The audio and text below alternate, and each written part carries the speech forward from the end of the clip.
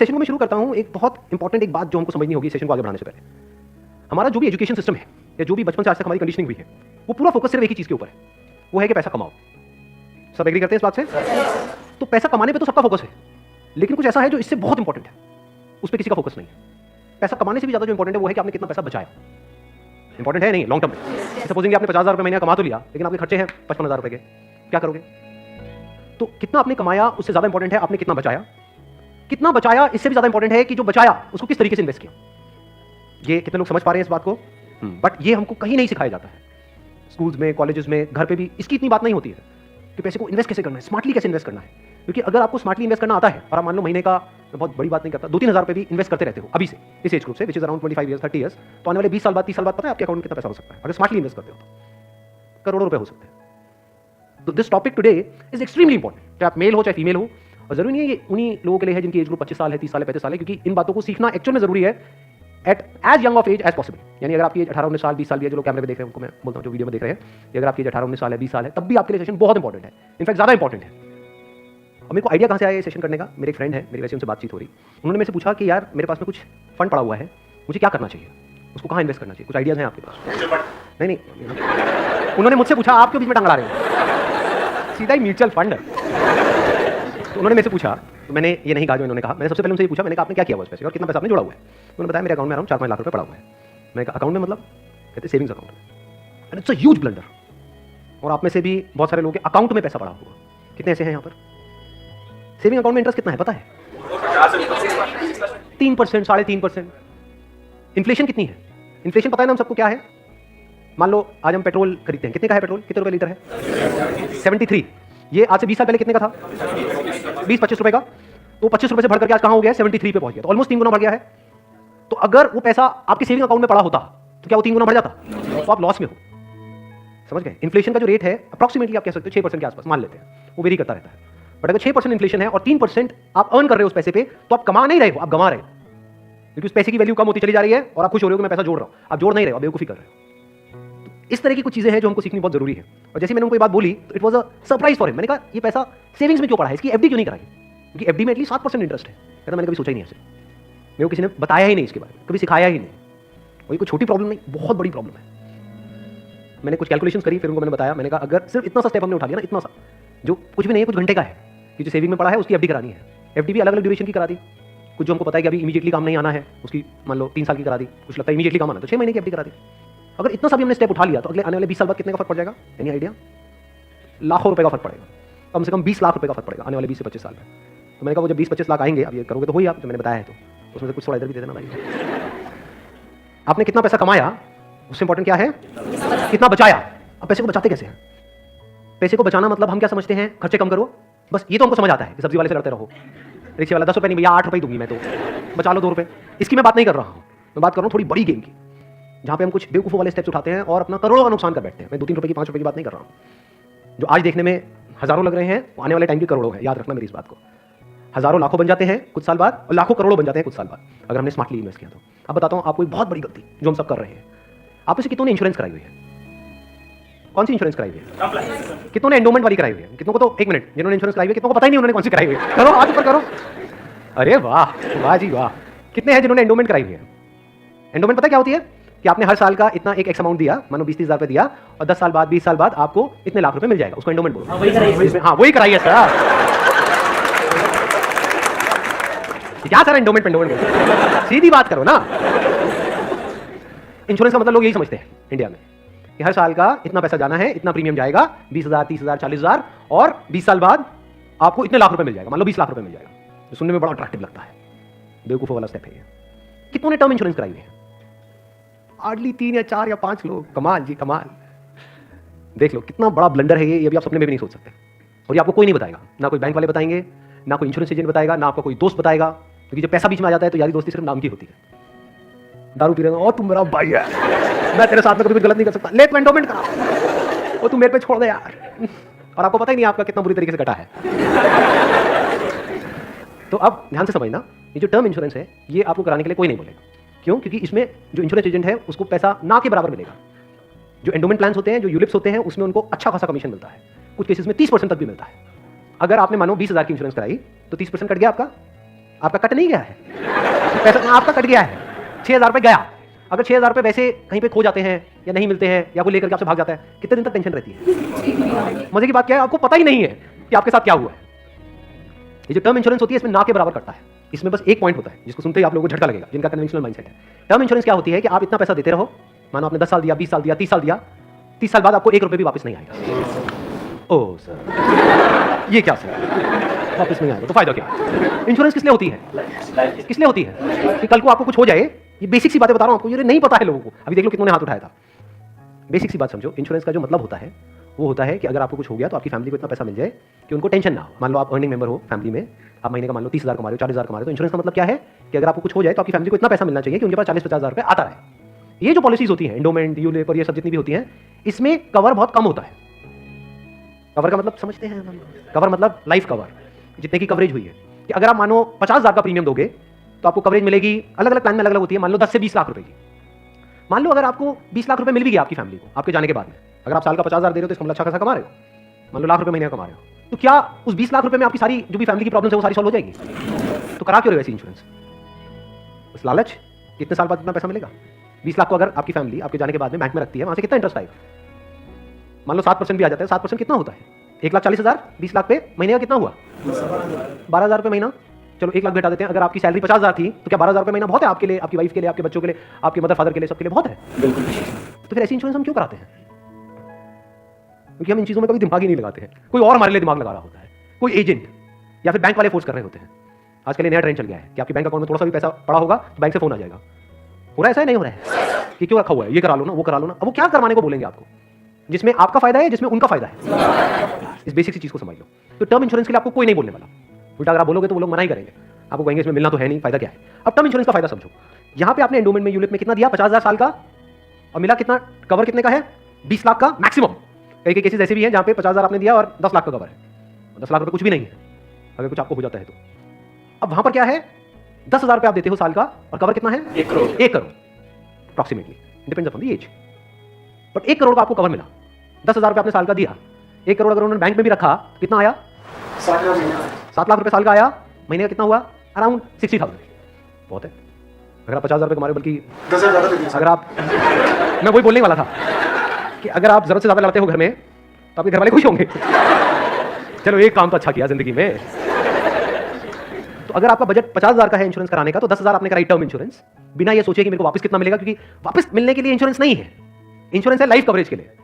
Term insurance मतलब क्या कि आप उतना ही पैसा दे रहे हो जितने का आपको लाइफ कवर चाहिए। सिंपल। मान लो आप लाख रुपए महीने का कमा रहे हो, तो आपको कितने की पॉलिसी चाहिए? 2 करोड़। 2 करोड़ की। 2 करोड़ के लिए कितने का प्रीमियम जाएगा साल का? 20,000 रुपए। बस, इससे ऊपर 1 रुपए भी देना इलॉजिकल है। इसको बोलते हैं पैसे को बचाना। और वैसे अगर आपको 2 करोड़ की कवर चाहिए एंडोमेंट पॉलिसी में, तो कितने का प्रीमियम देना पड़ेगा साल का? 10 से 20 लाख रुपए साल का आपको प्रीमियम देना पड़ेगा। मतलब जितना कमा रहे हो उससे ज्यादा देना पड़ेगा। समझ गए क्या हो रहा है? जो कमा रहे हो सारा इंश्योरेंस में जाएगा, तब जाकर के ढंग का कवर मिलेगा आपको। जब मैंने भी अपने घर में बात करी टर्म इंश्योरेंस कराने की अपनी, तो उन्होंने सबसे पहली चीज यही पूछी, मेरे जो फादर है, कि ठीक है ये तो समझ आता है कि इतना पैसा जा रहा है, 20 साल बाद कितना मिलेगा? मैं कुछ नहीं मिलेगा।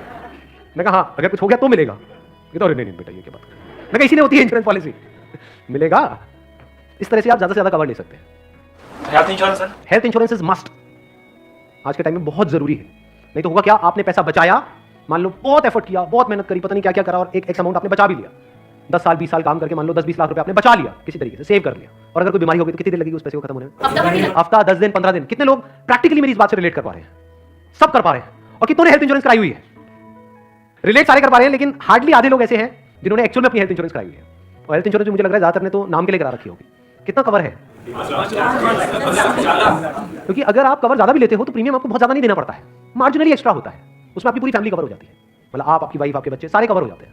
इसको आप हेल्थ इंश्योरेंस को, मेडिकल इंश्योरेंस को, मस्ट है ये होनी ही चाहिए। ज्यादातर ऐसे केसेस में क्या होता है, जिन्होंने कोई हेल्थ इंश्योरेंस अपनी नहीं कराई होती है, क्योंकि आप छोड़ तो सकते नहीं उस पर्सन को जो हमारे साथ में है, या खुद अगर कुछ हो गया तो अब अपने आप को ये तो नहीं कह सकते कि हाँ मरते तो ऐसे में क्या होता है, एक तो सेविंग्स आपकी खत्म होती है बड़ी तेजी से, दूसरा क्या खत्म होता है और क्या होता है?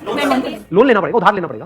उस उधार को चुकाने का मतलब क्या है कि आप कभी जिंदगी में दोबारा सेव कर ही नहीं सकते। समझ रहे हो प्रॉब्लम कितनी बड़ी है और कितनी कॉम्प्लिकेटेड है ये, कि मतलब जिंदगी में कभी आप पैसा जोड़ ही नहीं पाओगे, क्योंकि जो कमाओगे वो सारा उधार चुकाने में लगता रहेगा। या तो आप लोन लोगे बैंक से, या अपने किसी दोस्तों से, यहाँ से वहाँ से, जिससे भी लोगे, और नहीं दोगे उनको वापस तो दोस्ती खराब करोगे।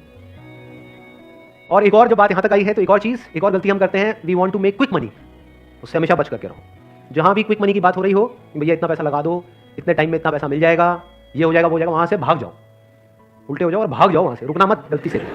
ऐसी बहुत सारी स्कीम चल रही है मार्केट में, अनलिमिटेड, और करोड़ों लोगों ने अपने पैसे गंवाए हैं इन चक्करों में। अब आते हैं एक दूसरे एस्पेक्ट पे कि चलो हमने स्मार्टली पैसे को जोड़ा। कब जोड़ा? जब फालतू की जगह पे हमने पैसे को ब्लॉक नहीं किया। जैसे अगर आपने कोई एंडोमेंट प्लान ले लिया इंश्योरेंस का, जहां पे आपका साल का 50,000 रुपये जा रहा है, तो 50,000 रुपये तो आपका ब्लॉक हो गया अगले 20 साल के लिए, समझ गए ना? तो हमने वहां पे स्मार्टली प्ले किया, टर्म इंश्योरेंस कराई, वहां से पैसा बचाया। तो अभी जो पैसा बचा, इसका हम क्या करें? क्या सेविंग अकाउंट्स में पड़ा रहने दें? नो यूज, वो आपका पैसा बढ़ नहीं रहा है, एक्चुअल में कम हो रहा है। वहां पे जो आपके पैसे पड़े हुए हैं वो 10 साल बाद और कम हो जाएगी उसकी वैल्यू। तो करना क्या चाहिए? इतना पैसा जितना आपको लगता है कि यार मेरे को इमीडिएटली जरूरत पड़ सकती है, वो कितना है? जितना आपके महीने के खर्चे हैं, इंटू 6 कर दो। वो पैसा है जो आपको कभी भी जरूरत पड़ सकती है। उस पैसे की आपने 6 महीने की एफडी करा दी। और एक बहुत अच्छा ऑप्शन अवेलेबल है हमारे पास में, वो है म्यूचुअल फंड्स। म्यूचुअल फंड्स पता है सबको क्या है? कितनों ने ऑलरेडी इन्वेस्ट किया हुआ है म्यूचुअल फंड्स में? बहुत कम लोगों ने। क्यों नहीं किया हमने इन्वेस्ट? बताइए। नंबर 1 करेक्ट इन्फॉर्मेशन नहीं है। नंबर 2 हम डरते हैं, हमें लगता है म्यूचुअल फंड भी कोई स्कीम है कि पैसा इकट्ठा किया और कल को अगर भाग गया, बंद हो गया तो पता नहीं क्या होगा। ये पैसा आपका 100% सेफ है, because it is regulated by SEBI. तो यहाँ पे डरने की जरूरत नहीं है मेरा पैसा चला जाएगा, बस हमको यहाँ पे स्मार्टली प्ले करना पड़ेगा। So what we need to do is, एक तो आपने अपने 6 महीने का जो अपना कॉर्पस है उसको अलग कर दिया, यानी जो पैसा आपको चाहिएगा उसकी आपने एफडी करा दी, इंश्योरेंस वगैरह को प्लान कर लिया अच्छे से। फिर जो पैसा आपका बचा उसमें आप इन्वेस्ट कर सकते हो through SIP, systematic investment plan. It is an excellent option. Never try to get into stocks directly. अगर आपको बहुत ही डीप नॉलेज नहीं है शेयर मार्केट की, तो हाँ you are qualified in that और आपका काम ही वही है, तब तो ठीक है। बट किसी की सलाह सुनी कि यार, या कोई कहानियां सुनी कि ये शेयर पहले इतने का था अब इतने का हो गया, सुनी होंगी ऐसी कहानियां। Never invest in stocks directly, क्योंकि कुछ नहीं पता कि वो कंपनी का क्या होने वाला है। हो सकता है आपका 100 रुपये आपने पूरा जो भी आपने जोड़ा, या 1 लाख रुपये आपने जोड़ा, किसी की एडवाइस पे आपने उठा करके लगा दिया, वो 1 लाख रुपये 10,000 भी रह सकता है कुछ टाइम के अंदर, पता भी नहीं लगेगा। कहते हैं ना, never put all your eggs in the same basket, in one basket. तो अब करें क्या? क्योंकि प्रॉब्लम क्या है, इन्फ्लेशन अगर है 6% का और एफडी में आपको मिल रहा है 7%, तो अल्टीमेटली आप कितना कमा रहे हो? 1%। 1% से क्या होगा? करोड़पति बन जाओगे? इम्पॉसिबल। तो आप क्या कर सकते हो, अपना आधा पैसा सेफ जगह पर रखो। सेफ जगह क्या है? एफडी हो गया। एफडी में भी एक और चीज है जो बहुत लोगों को नहीं पता है, वो क्या है कि ऐसे एक तो है बैंक में आप एफडी कराते हो, एक है कुछ कंपनीज है जो क्रिसिल से या इकरा से, ऐसे ये कुछ ऑर्गेनाइजेशंस हैं, वहां से AAA रेटेड है। AAA रेटेड का मतलब होता है highly secure, as secure as a bank. वहां पर अगर आप एफडी कराते हो तो आपको 9% तक का इंटरेस्ट मिल जाता है। ये जो सुनने में लगता है ना 7% और 9%, ये अभी छोटा लगता है, लेकिन आने वाले 20 साल बाद इसकी कितनी बड़ी अमाउंट होती है अगर आप कंपाउंडिंग को बीच में ले आओ, that you can't even think in the wildest of your dreams. Compounding कितने लोगों को पता है? बहुत कम को। देखो, कंपाउंडिंग मतलब होता है जो हमको इंटरेस्ट मिलता है हमारे पैसे पे, जहां भी हम इन्वेस्ट करते हैं उस इंटरेस्ट पे भी तो इंटरेस्ट मिलता है ना। मान लो आपने 100 रुपये इन्वेस्ट किया, एक साल बाद 20% की रिटर्न आई, तो अगले साल 120 पे 20% मिलेगा। कितना हो गया? 144। उसके अगले साल 144 पे 20% मिलेगा, 100 पे नहीं मिलेगा। और जब इसको आप इस तरीके से देखते चले जाओगे तो ये फिगर देखने में छोटी लगेगी, शुरू छोटे से होगी, शुरू होगी 2-3 हज़ार 5 हज़ार से, ये करोड़ में पहुंचने में देर नहीं लगेगी। मतलब हर महीने का मैं कंजर्वेटिव भी पकड़ता हूं, अगर 2-3 हज़ार पे भी हम सेव करते हैं, उसको स्मार्टली इन्वेस्ट करते हैं, इतना सा सीख जाते हैं, तो बहुत बड़ा डिफरेंस आ जाएगा हमारी लाइफ में आने वाले कुछ साल बाद, ह्यूज डिफरेंस। तो आपको दिमाग ये लगाना है कि लॉन्ग टर्म में बेस्ट पॉसिबल ऑप्शंस क्या क्या अवेलेबल है। जैसे आप में से कितने हैं जो मैरिड हैं और जिनकी कोई डॉटर है, तो एक गवर्नमेंट की तरफ से एक स्कीम है सुकन्या योजना करके, सुना है इसके बारे में? That is an excellent investment option, government की तरफ से सब्सिडाइज है वो। तो वहां पे आप एक्सपेक्ट कर सकते हो 9% की रिटर्न जो गवर्नमेंट की तरफ से मिल रही है आपको, और हर साल का आपके ऊपर है आपको कितना इन्वेस्ट करना है। हाईएस्ट लिमिट 1.5 लाख की है, बट आपके ऊपर है, किसी साल में आपने 10,000 कर दिया, कभी 20,000 कर दिया, ऐसे आप करते रहे over period of next 15-20 years, उसके बाद में बहुत बड़ा कॉर्पस उसको मिलेगा अपने एजुकेशन के लिए या किसी भी चीज के लिए, फ्यूचर के लिए। इसको बोलते हैं स्मार्ट इन्वेस्टमेंट। पैसे से पैसा कैसे कमाना है, ये बहुत बड़ी आर्ट है, क्योंकि ये जिसको आती है और अगर उसकी कमाई कम भी है तब भी वो आने वाले 20-30 साल बाद बिल्कुल ऐसे जैसे कछुआ और खरगोश की कहानी, इमीडिएटली नहीं। मान लो कोई बंदा है 50,000 रुपये कमा रहा है लेकिन वो स्मार्टली इन्वेस्ट कर रहा है, दूसरी तरफ से कोई बंदा है जो 1 लाख रुपये महीने कमा रहा है लेकिन ना तो ढंग से पैसा बचा रहा है ना समझदारी से इन्वेस्ट कर रहा है, तो आने वाले 20-30 साल बाद ये जो 50,000 वाला है ये उससे बहुत आगे होगा, ये करोड़ों में होगा, और उस बंदे के हाथ में कुछ भी नहीं होगा, वो हो सकता है डेट में हो, मतलब उसके ऊपर कर्जा होगा, और ये बंदा ऐसा होगा जो कर्जा देने लायक पोजीशन में होगा, ऐसा भी हो सकता है। ये अगर हम बेसिक से फंडों को समझते चले जाए तो अब ध्यान से समझना। अब यहाँ पर हम कहाँ तक पहुँच गए थे? SIP is an excellent option. SIP का मतलब होता है कि आपने अपना एक अमाउंट फिक्स कर लिया, हर महीने का इतना अमाउंट तो एसआईपी में देना ही देना है म्यूचुअल फंड में। अब म्यूचुअल फंड कैसे चूज करें? हजारों म्यूचुअल फंड है। लार्ज कैप इक्विटी फंड को पकड़ो, वो भी कुछ वेबसाइट्स है जैसे मनी कंट्रोल है, वैल्यू रिसर्च है, वहां पर जाकर के देखो उन फंड्स की रेटिंग कम से कम 4 से 5 स्टार होनी चाहिए। कोई ऐसा फंड है उसकी 1 या 2 स्टार की रेटिंग है, मत करो उसमें, बल्कि ऐसा फंड होना चाहिए जो हर वेबसाइट पे 4 या 5 स्टार की रेटिंग हो। अब आपने क्या किया कि हर महीने का अपना एक अमाउंट फिक्स कर लिया, दैट कुड बी एनीथिंग, 1,000 रुपए, 2,000 रुपए, 3,000 रुपए, 4,000, 5,000, व्हाटएवर दैट अमाउंट इज।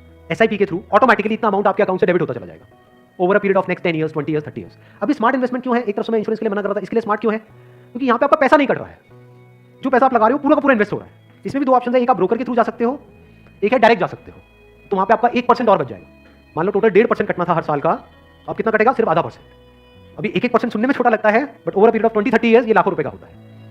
मतलब डिसीजन लेने में कुछ मिनट्स लगते हैं इन बातों को समझने में, लेकिन आने वाले टाइम में यही फर्क होगा कि आपके अकाउंट में लाखों है, करोड़ों है, क्या है। अच्छा, म्यूचुअल फंड क्यों और स्टॉक्स क्यों नहीं? क्योंकि स्टॉक्स में आप 1 या 2 या 4 में इन्वेस्ट कर रहे हो, म्यूचुअल फंड जो है वो डिवाइड कर देते हैं। वो मान लो 50 में उन्होंने इन्वेस्ट कर दिया, तो अब अगर उसमें से एक कंपनी बंद भी हो गई, तब भी प्रोपोर्शनेटली जो आपने इन्वेस्टमेंट करी है उसमें उसका परसेंटेज क्या था? मान लो 2%, तो आपका 100 रुपए 98 रह गया, बस इतना ही हुआ। अब मार्केट में सबसे बड़ा डर लोगों को ये होता है जो म्यूचुअल फंड में नहीं इन्वेस्ट करते हैं कि कल को नीचे आ गया तो क्या होगा, क्योंकि नीचे आने की कोई लिमिट नहीं है। एफडी में ये है कि नीचे नहीं आएगा, इंटरेस्ट कम हो सकता है, नीचे नहीं आएगा। तो म्यूचुअल फंड में लोग नीचे आने के नाम से डरते हैं, ऊपर जाने में कोई डर नहीं है। अगर गारंटी मिल जाए कि भैया साल का इतना % तो आना ही आना है और आता ही रहेगा जिंदगी भर, तो कोई डर ही नहीं है, तो सारे लगा देंगे। बट कोई गारंटी नहीं है ना, और नीचे भी जा सकता है। तो अगर कुछ ऐसा हो जाए कि अगर म्यूचुअल फंड नीचे भी जाए तब भी आपका फायदा हो जाए, तो प्रॉब्लम सॉल्व हो गई ना। ये मेरी अपनी स्ट्रैटेजी है, ये कोई किसी बुक में नहीं है या कोई थ्योरी नहीं है, ये मेरी अपनी स्ट्रैटेजी है, वो मैं आप लोगों के साथ में शेयर कर रहा हूँ। तो आपको क्या करना है, मोटा मोटा स्टॉक मार्केट को ट्रैक करना है, हफ्ते में एक दिन देख लो कि अभी कितने पे चल रहा है। मान लो एक पीक है, पीक अभी मान लो 40,000 है, अभी मार्केट चल रहा है अराउंड कितना? 37 के अराउंड चल रहा है। तो मेरी स्ट्रैटेजी क्या है, जैसे ही मार्केट 20% से नीचे गिर जाए, कि मार्केट की पीक है, मान लो 40,000 है, अब मार्केट 30,000 पे आ गया है, तो आपने क्या किया? पहले इन्वेस्ट किया हुआ था एसआईपी में, लार्ज कैप्स में, आप इमीडिएटली जैसे ही मार्केट 30 पे आई, आप स्विच कर गए मिड कैप में, not even in small cap, mid cap. अब ऐसा क्यों किया? क्योंकि जब मार्केट 20% टूटेगा, सेंसेक्स का मतलब लार्ज कैप्स, जो बड़ी कंपनीज हैं, जब मार्केट 20% टूटेगा, यानी बड़ी कंपनीज के जो शेयर्स हैं वो 20% से टूटेंगे, तो जो छोटी कंपनीज हैं उनके शेयर्स 50 से 60%, 70% तक टूट जाएंगे। तो जब वो 60% टूटा तो 100 की चीज आपको कितने में मिल गई? 50 में या 40 में। तो जब मार्केट नीचे भी गया तो आपका फायदा हो रहा है। ये स्ट्रैटेजी समझ आ गई? वापस से जैसे ही मार्केट जो भी लास्ट उसकी पीक थी, मान लो 40,000, उससे 20% ऊपर गया, तो मिड कैप से आप स्विच करके वापस से लार्ज कैप में। ये स्ट्रैटेजी जो है ये मैंने सीखी है वॉरेन बफेट से। उनका जो बेसिक सा फंडा है, मतलब अगर एक लाइन के अंदर बोला जाए, वो क्या है कि जब मार्केट बहुत ज्यादा ग्रीडी हो तो डरो, और जब मार्केट डरा हुआ है तो ग्रीडी हो जाओ। बेसिक सा फंडा है, मतलब जब सब डरे हुए हैं तो थोड़े से लालची हो जाओ, और जब सब लालची हो रहे हैं, मतलब मार्केट ऊपर भाग रहा है, तो डरने लग जाओ। तो लार्ज कैप में डर कम है, मिड कैप में डर ज्यादा है। तो जैसे मार्केट नीचे जाएगा, मिड कैप को सब छोड़ देंगे, उस वक्त आप उसको पकड़ लोगे। तो अब चाहे मार्केट ऊपर उठे तब भी आपका फायदा है, नीचे गिरे तब भी आपका फायदा है। आप वेट कर रहे हो, मैं एक्चुअल में वेट कर रहा हूं। लोग हैं डरते हैं, जो म्यूचुअल फंड में इन्वेस्ट करते हैं, स्टॉक्स में इन्वेस्ट करते हैं, लोग डरते हैं कि मार्केट नीचे ना आ जाए, मार्केट ऊपर। मैं वेट कर रहा हूं, जाए तो सही नीचे, समझ गए? क्योंकि लार्ज कैप टूटेगा 20%, तो मिड कैप टूट जाएगा 60%। तो मेरा 100 रुपए लगा हुआ था तो 80 रह जाएगा, उस 80 को उठा करके मैं मिड कैप में डाल दूंगा, फिर आराम से बैठ जाऊंगा कुछ सालों के लिए। जैसे ही मार्केट ऊपर जाएगा, मतलब लोग लालच से तड़प रहे हैं, तब जैसे 20% ऊपर गया, मान लो 48,000 पे गया, मिड कैप से हट करके मैं आ जाऊंगा लार्ज कैप, वापस से सेफ हो गया। अब जो नया पीक बन गया वो क्या बन गया? 48,000। आज की रेट में क्या है? 40,000। अब 48,000 पे 2020 चलेगा। आ गया गेम समझ में? तो यहां से आप पीसफुल हो, नहीं तो लोग डरे ही रहते हैं, म्यूचुअल फंड के नाम से डरते हैं। क्यों डरते हैं? और ये कम हो रहा है, कम हो रहा है, कम हो रहा है तो बढ़िया है, तब भी आपका फायदा है, और बढ़ रहा है तो फायदा ही है।